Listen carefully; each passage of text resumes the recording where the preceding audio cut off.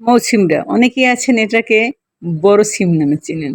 যে নামে ডাকুন না কেন এর ভর্তা খেতে দারুণ। আর আমার হাজবেন্ডের খুব ইচ্ছে করেছিল মৌসিমরার ভর্তা একটু ঝাল ঝাল করে করি। সেজন্য কি করেছি, এক মুঠো নিয়েছি মরিচ, এক মুঠো নিয়েছি চিংড়ি মাছ, আর 4 থেকে 5টা নিয়েছি মৌসিমরা, পেঁয়াজ নিয়েছি 5-6টি।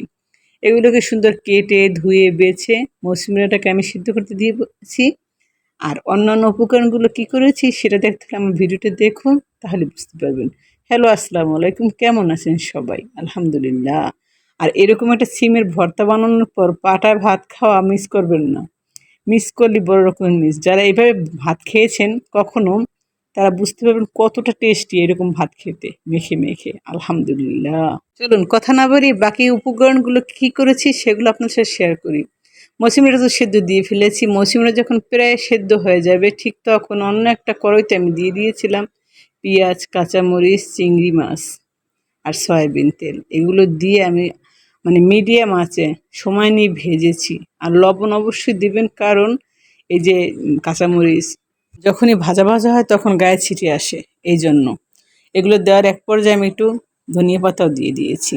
আর মৌসুমিটা যখন প্রপারলি সেদ্ধ হয়ে গেছে তখন সেটাকে অ্যাড করে দিয়েছি।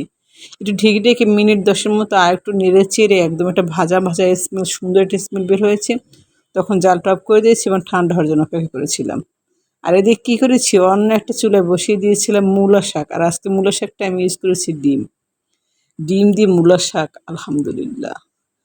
আমাদের বাড়িতে বিশ্বাস করুন সকালবেলা উঠি মা প্রায় সময় এই মূলা শাকটা একদম ক্ষেত থেকে আনিয়ে ভাজি করতো, সাথে আলু ভর্তা, চিংড়ি মাছের ভর্তা, এরকম মৌসুমির ভর্তা, তারপর ডাল খাওয়াতো। মাকে খুব মিস করি, বিশ্বাস করুন।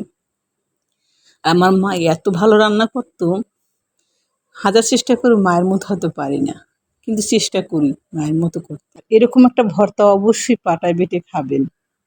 প্রিয়জনকে এরকম সুন্দর সুন্দর খাবার খাওয়াতে কী যে ভালো লাগে। আর আমার হাজব্যান্ডের খুবই প্রিয় এই খাবারটি।